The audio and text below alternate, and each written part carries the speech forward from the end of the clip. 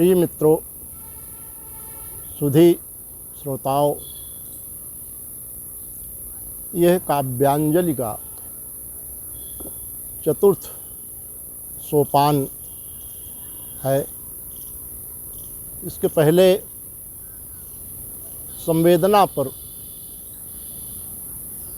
कविताएं आपके समक्ष प्रस्तुत की गई थी। तृतीय सोपान में आज प्रेम पर हम रचनाएं आपके सामने प्रस्तुत करेंगे। प्रेम वास्तव में प्रेम ही जीवन का सार है। प्रेम के बिना कुछ है ही नहीं। अगर मैं यूँ कहूँ कि ब्रह्मा की, विधाता की संपूर्ण सृष्टि इस ढाई अक्षर पर ही निर्मित है, प्रेम पर ही निर्मित है, तो गलत नहीं होगा। उसकी सृष्टि में, उसकी रचनाओं में प्रेम ही प्रेम, प्रेम ही प्रेम तो है। प्रकृति प्रेममय है, संसार प्रेममय है। संसार के समस्त जीव जंतु, मनुष्य से लेकर के समस्त जीव प्रेममय है। कौन सा ऐसा जीव है, कौन सा ऐसा पक्षी है, यहाँ तक कि कीटाणु, कीट पतंग भी प्रेम की भाषा जानते हैं और प्रेम करना जानते हैं। मनुष्य तो ज्ञानी है। कहा है, दुर्गा सप्तशती का एक श्लोक है, ज्ञाने च तन् मनुष्याणाम पशु पक्षी मृगादयः मनुष्याणाम च यत्येषां तुल्यमन्यो तथो भयो। फिर मनुष्य प्रेम के महत्व को जानते हुए भी यदि प्रेम न दे, प्रेम दूसरों को प्रदान न करे, तो फिर उसका मनुष्य होना ही निरर्थक है।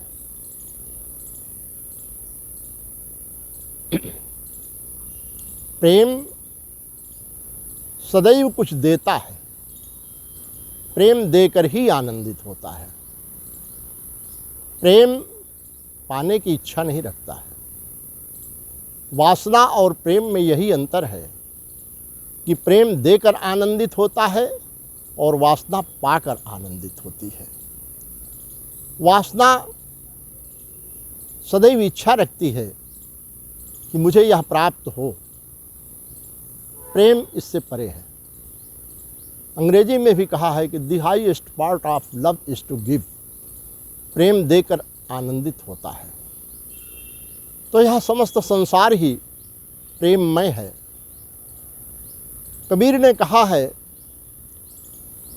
पोथी पढ़ पढ़ जग मुआ, पंडित हुआ न कोय, ढाई आखर प्रेम का, पढ़े सो पंडित होए।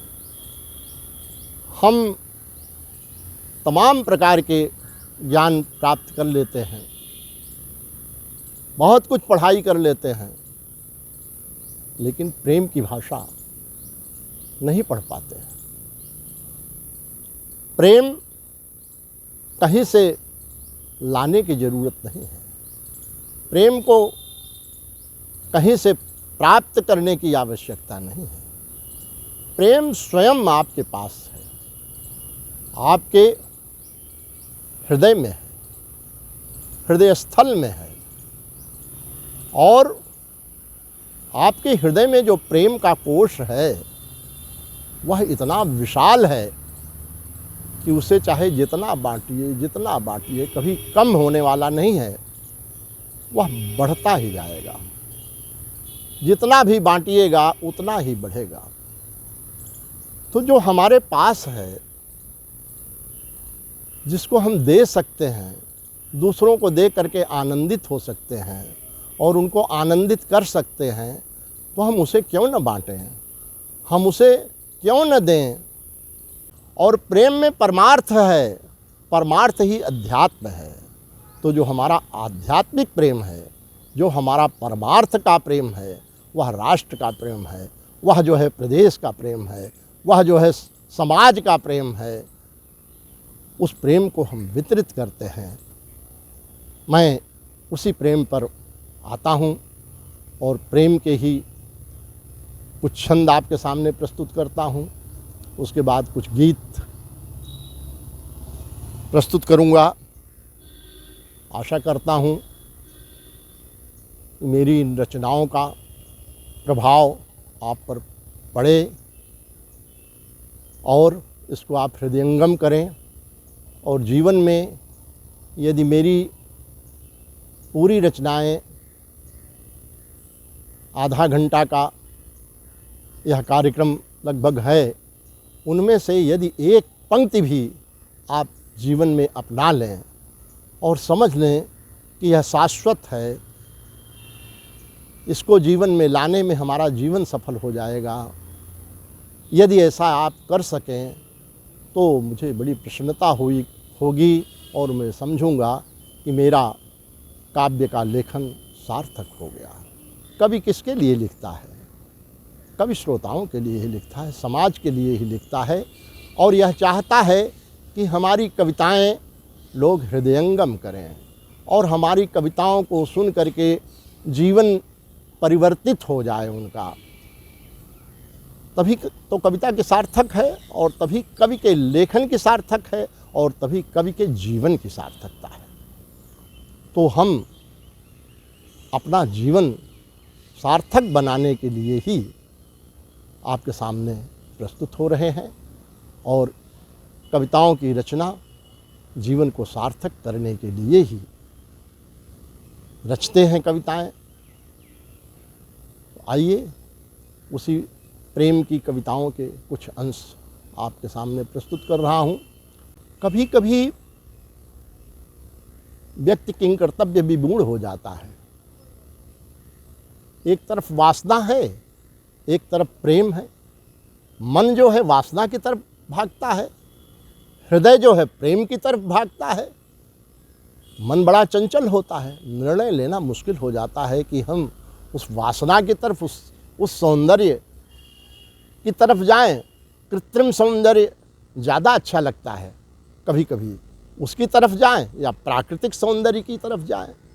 तो प्रेम तो हमारा प्राकृतिक सौंदर्य है और वासना हमारी कृत्रिम सौंदर्य है। तो इस संदर्भ में एक छंद आपको प्रस्तुत कर रहा हूँ आपके सामने। कभी कभी सोचता हूँ प्रीति रीति को निभाऊं, कभी कभी सोचता हूँ प्रीति किससे करूं, और सारा जग अपना है, हम सारे जग के हैं, यदि ये है सत्य तो अनीति किससे करूं।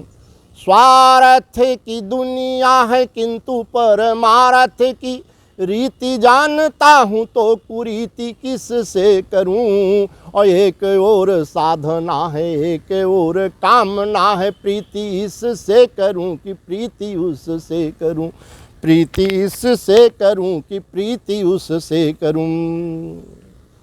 आप देखें, हमारे श्रृंगार रस प्रधान है और श्रृंगार का विभत्स रूप जो प्रदान किया जाता है, कवियों के द्वारा भी प्रदान किया जाता है। आजकल तो हास्य वगैरह में विभत्स रूप ही दिखाया जाता है। श्रृंगार हमारा बहुत मर्यादित है।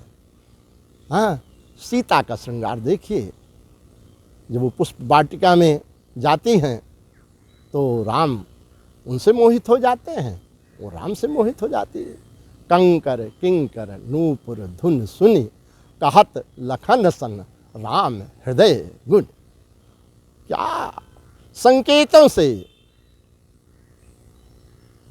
प्रेम को परिभाषित कर दिया जाता था। संकेत से, पायल की झनकार से, घुंघरू की झनकार से, नेत्रों के संकेत से, भाव भंगिमा से प्रेम प्रकट हो जाता था। उसमें शारीरिक स्पर्श की, शारीरिक कृत्रिम सौंदर्य की आवश्यकता नहीं पड़ती थी। आप देखें, प्रतीकों के माध्यम से ये छंद प्रेम और श्रृंगार का है। गूंथने चले थे अलकों में शब्द के सुमन, गूंथने चले थे अलकों में शब्द के सुमन, खुली पलकें थी पलकों में ही समा गए। रूप रस गंध में नहाना चाहते थे पर आभा देख रूप सी की रूप शर्मा गए। तन सकुचाया मन स्नेह सिंधु में नहाया, अठ खेलियों में दो नयन भरमा गए। पलकों के बंद द्वार खुलते ही निकले तो एक एक शब्द पुष्प अलकों में आ गए, एक एक शब्द पुष्प अलकों में आ गए। और देखें, जैसा कि अभी हमने कहा कि ब्रह्मा की संपूर्ण सृष्टि प्रेम पर ही आधारित है। उसने सारी रचनाएं प्रकृति के माध्यम से समस्त रचनाएं कर दी है, कुछ छोड़ा नहीं है, कवि के लिए कुछ छोड़ा नहीं है। आज कवि कहता है कि मैंने ये नया प्रयोग किया, मैंने ये किया, ये किया, ये किया जो इसके पहले नहीं। अरे ब्रह्मा की आदि कवि जो है उसने क्या छोड़ा है? हम क्या करते हैं, कवि क्या करता है कि उस प्रकृति सौंदर्यमयी प्रकृति के सौंदर्य को अपनी भावनाओं की स्याही से उसको और द्विगुण कर देता है, उसकी सुंदरता को और बढ़ा देता है। बस इतना ही हम करते हैं, इससे अधिक कुछ नहीं। आप सुने, कविता रची गई कविता पे भावना की स्याही कुछ और ही गढ़ा गई। और 2.5 अक्षरों के ये सचित्र चित्र मित्र हुए, तूलिका जो रंग अंग अंग पे चढ़ा गई। तो ब्रह्म की समूची कला आज अचला पे आके, अचला माने पृथ्वी, ब्रह्म की समूची कला आज अचला पे आके काव्य कलाकृतियों की महिमा बढ़ा गई। चरयो अचर जड़ चेतन अचेतन को प्रेम का पवित्र पाठ पल में पढ़ा गई, प्रेम का पवित्र पाठ पल में पढ़ा गई। तो यह है प्रेम जिससे समस्त सृष्टि अभिभूत है। अब मैं आपके सामने कुछ गीत प्रस्तुत करूंगा। सबसे पहले कुछ मुक्तक हैं, उसे सुने आप।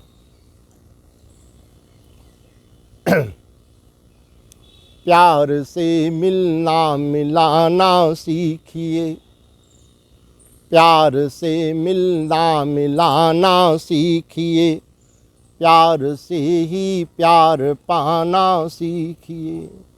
प्यार का भंडार उतना ही भरेगा, प्यार को जितना लुटाना सीखिए।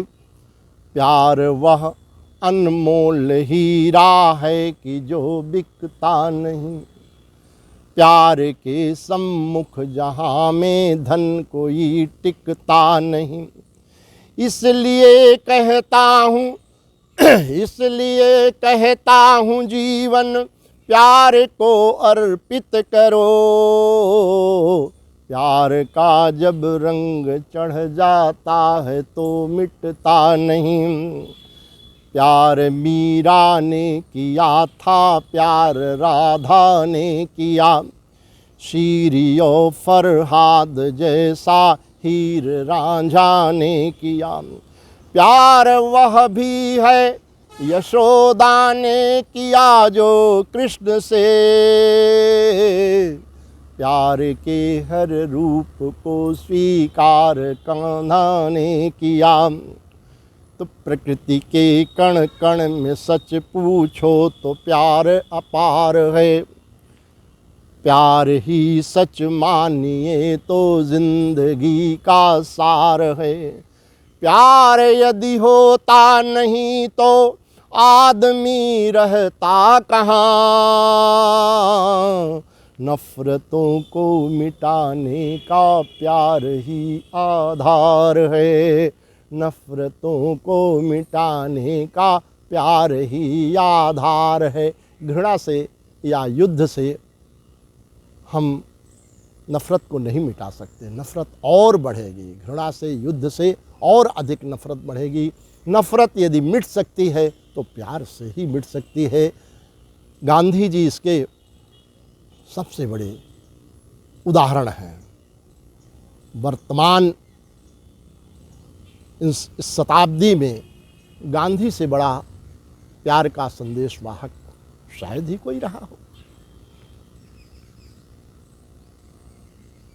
दूसरे रूप में नफ़रत की दीवार तोड़ दो, नफ़रत करना यार छोड़ दो। नफ़रत से नफ़रत मिलती है, नफ़रत का घर द्वार छोड़ दो।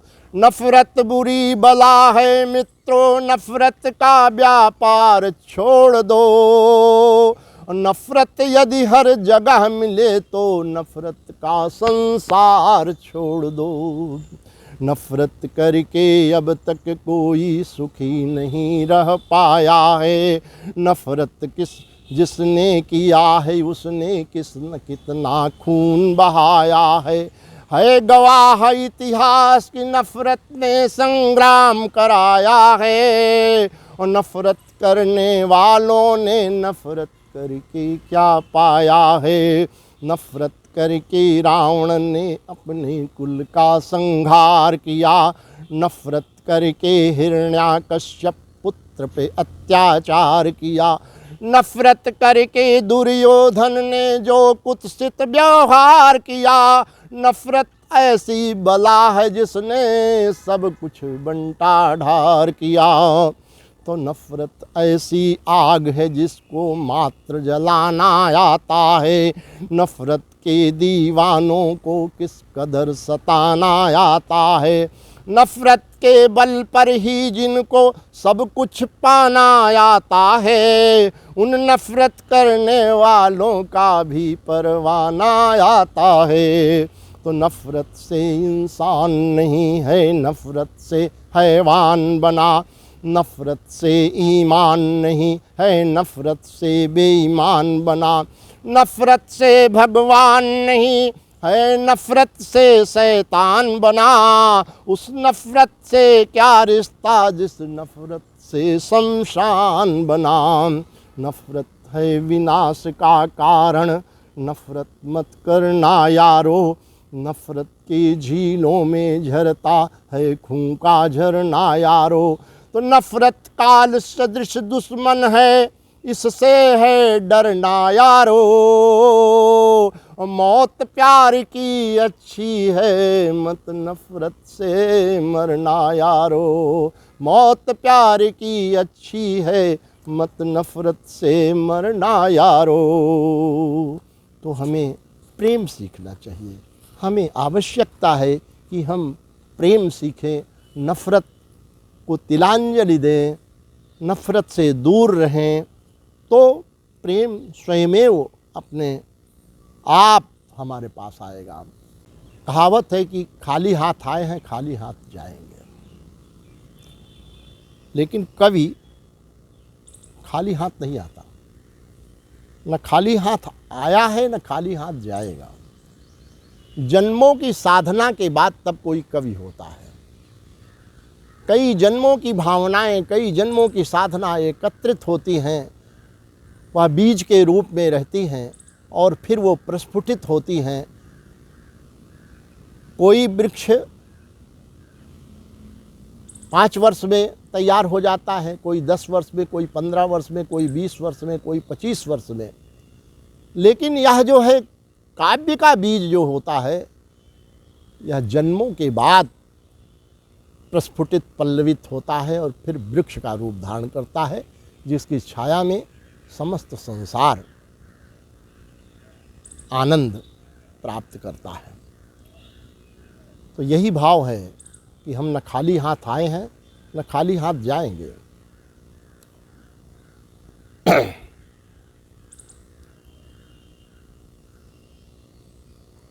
जो हमने गीत गा दिया किसी ने मुस्कुरा दिया, किसी से हमने क्या लिया किसी को हमने क्या दिया। हमारे पास है भी क्या किसी को दे सकूं, जो मैं मिला जहाँ से जो हमें वहाँ वही लुटा दिया। जो हमने गीत गा दिया किसी ने मुस्कुरा दिया, किसी से हमने क्या लिया किसी को हमने क्या दिया। हमारे गीत भी हमारे हैं न पूर्ण सत्य है, हमारे गीत पर भी तो किसी का आधिपत्य है। दुलार प्यार वेदना जहाँ से जो मिली हमें, पिरो हृदय के भाव में उसी को गुनगुना दिया। जो हमने गीत गा दिया किसी ने मुस्कुरा दिया, किसी से हमने क्या लिया किसी को हमने क्या दिया। अनंत भावनाएं लेके आया था जहान में, असीम कल्पनाएं हैं बसी मन और प्राण में। असंख्य कामनाएं हैं खड़ी श्रृंगार के लिए, सभी के अंग अंग रंग प्यार का चढ़ा दिया। जो हमने गीत गा दिया किसी ने मुस्कुरा दिया, किसी से हमने क्या लिया किसी को हमने क्या दिया। न आया खाली हाथ जाऊंगा न खाली हाथ में, न आया खाली हाथ जाऊंगा न खाली हाथ में। ये 2.5 अक्षरों की पोटली लिए हूँ साथ में। बिलोक धर्मराज मुझसे प्रश्न यदि करेंगे तो कहूँगा ये था याद बाकी और सब भुला दिया। कहूँगा ये था याद बाकी और सब भुला दिया। तो ये 2.5 अक्षर आप याद रखिए, इसको स्मरण रखिए, फिर जीवन आपका प्रेममय ही होगा। आज देखिए कितना परिवर्तन आ गया, समय में युग में परिवर्तन आ गया। हम लोग बचपन में थे कितने मर्यादित रहते थे। हमारी माँ बहनें हमारा परिवार सब बहुत मर्यादित रहता था और सब मर्यादा की डोर में बंधा हुआ था, और उस मर्यादा की डोर को तोड़ पाना बहुत कठिन था। कोई तोड़ने का साहस भी नहीं कर सकता था। आज वो मर्यादा समाप्त होती जा रही है। तो आप देखें, पहले हमारी जो मर्यादा थी संकेत में बता रहा हूँ, आज जो है मर्यादा का जो क्षरण हो रहा है उस पर। ये कैसा वक्त आ गया, ये कैसा वक्त आ गया, न हम गले भी मिल सके न फूल बन के खिल सके। दिलों में घाव हो गए मगर उसे न सिल सके। ये कैसा वक्त आ गया, ये कैसा वक्त आ गया। न अब वो बचपन आ रहा, न अब वो झुनझुना रहा, न अब वो लोग ही रहे, न प्यार अनगुना रहा। ये कैसा वक्त आ गया, ये कैसा वक्त आ गया। न है वो मुस्कुराहटे, न है वो मौन आहटे, हमारी प्रीति रीति में न है वो गुदगुदाहटे। ये कैसा वक्त आ गया, ये कैसा वक्त आ गया। वो लाडली दुल्हन नहीं, वो लाडली बहन नहीं, वो माँ की लोरियाँ, वो बेटियाँ सजल नयन नहीं। ये कैसा वक्त आ गया, ये कैसा वक्त आ गया। शहर शहर नहीं रहा, न गाँव गाँव ही रहा, विजन से जिंदगी में स्नेह छाँव ही नहीं रहा। ये कैसा वक्त आ गया, ये कैसा वक्त आ गया। न राम दिख रहे कहीं, न दिख रहे रहीम है। ये नाम रखे जाते थे हमारे गाँवों में। रहीम चाचा हिंदू बुलाता था, रहीम चाचा, राम भैया, ये सब गायब हो गए। न राम दिख रहे कहीं, न दिख रहे रहीम है। दिलों के मंदिरों से दूर कृष्ण हैं करीम है। ये कैसा वक्त आ गया, ये कैसा वक्त आ गया। कहाँ थे हम कहाँ गए, कहाँ थे हम कहाँ गए, प्रयोग कर नए नए, स्वनेह कोश रिक्त कर हम हो गए दिवालिये। ये कैसा वक्त आ गया, ये कैसा वक्त आ गया, ये कैसा वक्त आ गया। कब कैसे बीत गए दिन, यादों में रीत गए दिन। कब कैसे बीत गए दिन, यादों में रीत गए दिन। स्नेहिल भुज पासों से बंध कर कब मुक्त रहे, स्नेहिल भुज पासों से बंध कर कब मुक्त रहे। स्वप्निल विश्वासों की श्वासों से युक्त रहे, स्वप्निल विश्वासों की श्वासों से युक्त रहे। वे आशातीत गए दिन, कब कैसे बीत गए दिन। अनचाहे अनदेखे अनछुए अनोखे थे, अनचाहे अनदेखे अनछुए अनोखे थे। प्रियतम थे प्रिय थे प्रिय सदन के झरोखे थे। पावन नवनीत गए दिन, पावन नवनीत गए दिन। कब कैसे बीत गए दिन, पावन नवनीत गए दिन। कब कैसे बीत गए दिन। तो दूर नहीं रहते थे पास भी न आते थे, दूर नहीं रहते थे पास भी न आते थे। फिर भी जाने मन को क्यों इतना भाते थे। जीवन संगीत गए दिन, कब कैसे बीत गए दिन। तो लौट कर न आएगी क्या वो स्वर्णिम बेला, लौट कर न आएगी क्या वो स्वर्णिम बेला। जिस समता की ममता में अनंत क्षण खेला। सुंदर सुपुनीत गए दिन, कब कैसे बीत गए दिन। तो पल छिन ऐसे बीते खटरस पीते पीते। पल छिन ऐसे बीते खटरस पीते पीते। समय को न बांध सके आखिर जीते जीते। हारे हम जीत गए दिन, कब कैसे बीत गए दिन। यादों में रीत गए दिन, कब कैसे बीत गए दिन। यादों में रीत गए दिन, कब कैसे बीत गए दिन। एक गीत और इसी संदर्भ का सुन लीजिए।